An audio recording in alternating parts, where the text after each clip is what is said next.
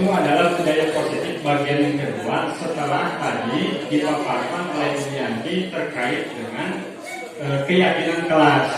Jadi kenapa tidak memakai istilah peraturan kelas? Karena peraturan itu ada yang menguasai, ada yang dikuasai. Yang menguasai tentu akan merasa yaitu seperti raja berkuasa. Yang dikuasai pasti akan berada di posisi yang menderita seperti itu. Nah makanya diubah menjadi istilahnya itu keyakinan kelas sesuai dengan apa yang telah dipaparkan oleh Ibu Yanti tadi. Jika suatu saat murid kita itu atau peserta didik tersebut ada yang tidak sesuai, bukan melanggarnya, karena ini bukan peraturan, ini keyakinan. Jika ada yang tidak sesuai dengan apa yang telah diyakini oleh guru tersebut dan peserta didik, maka sekaranglah saatnya untuk disampaikan materi bagaimana caranya pendekatan yang kita lakukan terhadap peserta didik tersebut. Nah, sebelum ke tahapan-tahapan harus bagaimana, maka kita harus mengenal terlebih dahulu, yaitu tentang pertama pemenuhan kebutuhan dasar. Kita lanjut saja ke materi yang pertama, yaitu pemenuhan kebutuhan dasar. Nah, di sini ada cerita, ini hanya salah satu saja. Kira-kira apa yang menjadi alasan si doni tersebut melakukan hal tersebut? Tentunya, kalau dihubungkan dengan materi saat ini, yaitu pemenuhan kebutuhan dasar, pasti ada kebutuhan si doni tersebut yang tidak terpenuhi. 5 kebutuhan dasar manusia itu yang dipakai teori di guru penggerak itu berdasarkan dari teori Chase Theory yang dikemukakan oleh Dr. William Glasser. Yang pertama, 5 kebutuhan dasar manusia itu adalah kebutuhan untuk bertahan hidup.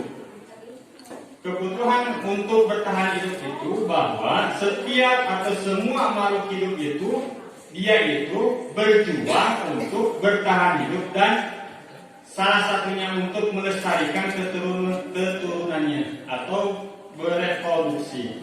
Kemudian yang kedua, kebutuhan dasar yang diperlukan oleh manusia itu adalah cinta dan kasih sayang.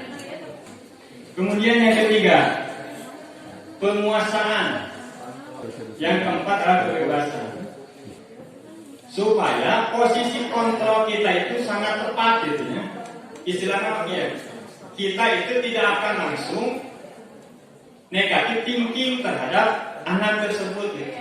5 posisi kontrol itu pertama ada guru baik guru ataupun orang tua, ini bisa saja berlaku. Yang pertama ada posisi kita itu sebagai penghukum. Kemudian yang kedua ada yang menjadi posisinya itu sebagai pembuat merasa bersalah. Siapa yang bersalahnya itu? Yang merasa bersalahnya adalah siswa. Kemudian yang ketiga, posisi kita itu sebagai teman murid kita. Posisikan kita sebagai teman. Kemudian yang keempat itu sebagai monitor atau pemantau dan terakhir sebagai manajer. Dari modul yang ada di dalam guru penggerak, posisi kita sebagai penghukum dan pembuat merasa bersalah itu merupakan sangat berdampak negatif terhadap anak. Ciri-cirinya itu pertama, dari nada suara. Abi tetap biasa praktekinnya Bapak Ibu hapunten, karena dipraktikkan ya langsung. Tapi insya Allah lah, ada yang mungkin di YouTube, ada yang tidak YouTube yang menggambarkan bagaimana gambaran dari 5 posisi kontrol tersebut. Yang pertama dari nada suaranya itu, nah dia itu menggunakan nada suara yang tinggi. Dan yang terakhir di posisi yang terakhir itu adalah manajer. Jika ada yang salah saya mohon ditentukan Bu Firma, juga Bu Yanti. Pertama, manajer itu merupakan posisi yang paling ideal bagi seorang guru ketika dia mendapatkan muridnya itu telah melanggar atau telah melakukan hal yang tidak sesuai dengan keyakinan kelas. Ketiga, restitusi.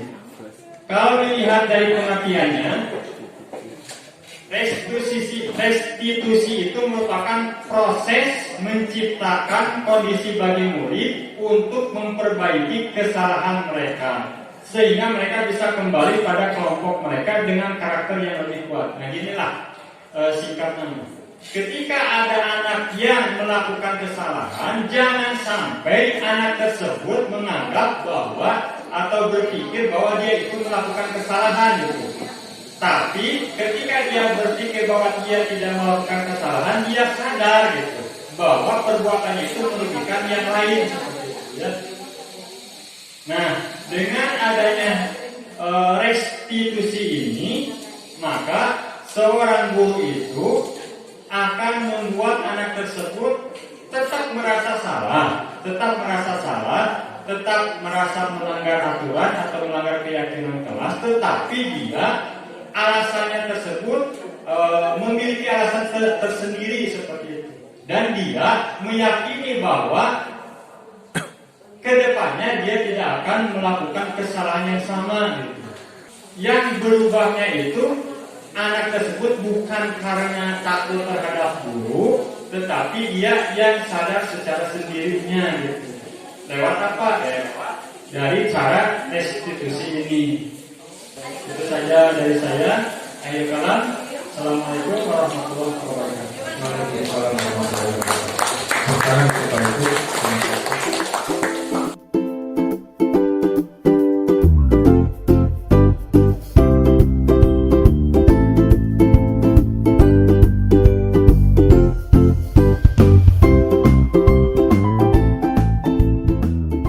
Bismillahirrahmanirrahim. Assalamualaikum warahmatullahi wabarakatuh.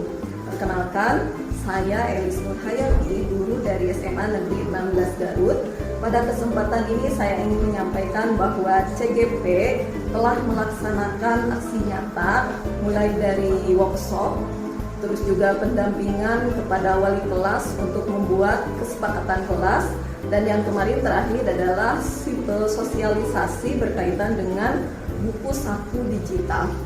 Nah, alhamdulillah sudah mulai terlihat perubahan di kelas berkaitan dengan kedisiplinan para siswa melalui kesepakatan kelas yang sudah mereka buat. Selanjutnya adalah buku saku digital, dan hal ini juga betul-betul bisa berdampak kepada siswa. Siswa lebih memiliki rasa tanggung jawab untuk melakukan budaya positif lebih baik lagi. Mungkin itu yang bisa saya sampaikan. Terima kasih. Mudah-mudahan profil pelajar Pancasila atau budaya positif yang diharapkan betul-betul terwujud di SMA Negeri 16 Garut. Assalamualaikum warahmatullahi wabarakatuh. Assalamualaikum warahmatullahi wabarakatuh. Perkenalkan, nama saya Syafiq Aziza selaku Ketua OSIS SMA Negeri 16 Garut. Di sini saya akan memberikan sebuah tanggapan mengenai buku saku digital yang akan diterapkan di SMA Negeri 16 Garut. Di mana buku saku digital ini bisa menjadi suatu hal yang efektif untuk para guru menilai sikap para siswa, dan di situ juga menjadi sebuah dorongan terhadap siswa untuk melakukan suatu hal yang baik, meskipun diniatkannya itu supaya mendapatkan nilai yang baik. Nah, tapi di sisi lain dengan hal yang terbiasa dilakukan, hal positif yang biasa dilakukan itu akan menjadi suatu hal yang positif juga untuk siswa itu sendiri karena terbiasa melakukan hal tersebut. Dan dengan adanya buku saku digital ini, siswa menjadi berpikir terlebih dahulu untuk melakukan suatu hal yang mungkin dinilai negatif gitu. Mungkin itu saja yang dapat saya sampaikan. Mohon maaf apabila ada kesalahan. Wassalamualaikum warahmatullahi wabarakatuh.